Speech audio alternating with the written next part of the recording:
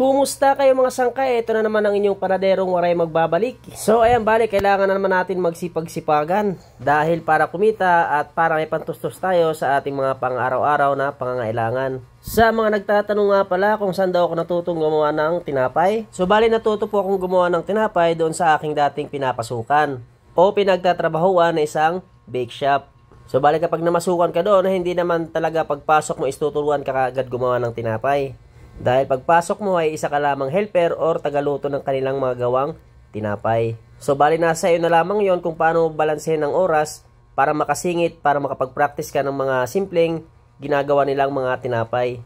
So bali, hindi naman pupilitan doon kung gusto mo matuto dahil ang trabaho mo bilang helper ay magluto at maglinis ng plancha at kung ano-ano pang iutos sa iyo ng baker. So bali, kung gusto mo matutong gumawa ng tinapay doon, ay ikaw na po mismo ang didiskarte sa sarili mo kung paano ka makakasingit para makapag-practice ka kahit na makagawa ka ng mga simpleng figurahin na mga tinapay. At yung pag-practice mo naman doon ng paggawa ng iba't ibang klaseng tinapay is magsisimula ka muna sa mga pinaka-basic o pinakamadaling gawin na pagporma ng tinapay. At habang tumatagal ka sa trabaho mo at lumilipas na ang panahon, ay hindi mo na lang namamalayan na unti-unti mo na palang natututunan ng iba't ibang klaseng paggawa ng tinapay.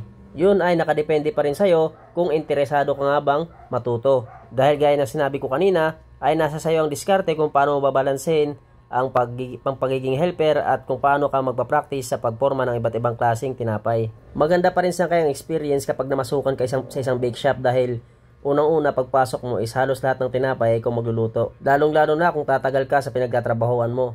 Na lahat ng tinapay na ginagawa nila ay dadaan sa iyo, ikaw talaga ang magluluto at makakabisado mo lahat yun mga sangkay. Pa-special man or mga palamanan. Kaya pag natuto kang gumawa ay basic na lamang sa'yo kung paano mo lulutuin yung tinapay na ginagawa mo. Dahil nga sa experience mo sa mahabang panahon sa pagluluto sa isang bake shop.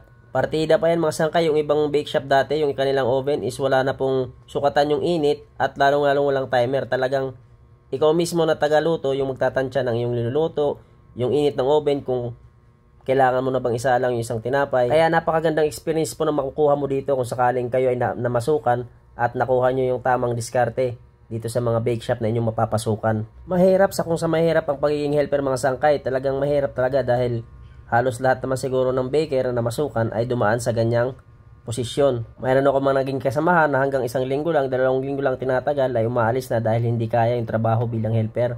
Bukod sa puyat, sa dami ng trabaho at isabay mo pa yung sobrang init sa loob ng bakery. Napakahirap po talaga. Yung mga time na yun kasi mga sangkay, hindi pa uso yung YouTube at Facebook, yung mga video na nag-share ng kanilang mga idea sa paggawa ng iba't ibang klaseng tinapay. So bali, matututo ka lang noon kapag namasukan ka sa isang bake shop or mag-aaral ka sa isang baking class. So bali, ngayon mas maganda ngayon dahil kung may idea ka na sa baking, mas mapapalawak mo pa ang kalaman mo dahil sa mga napapanood mo sa social media.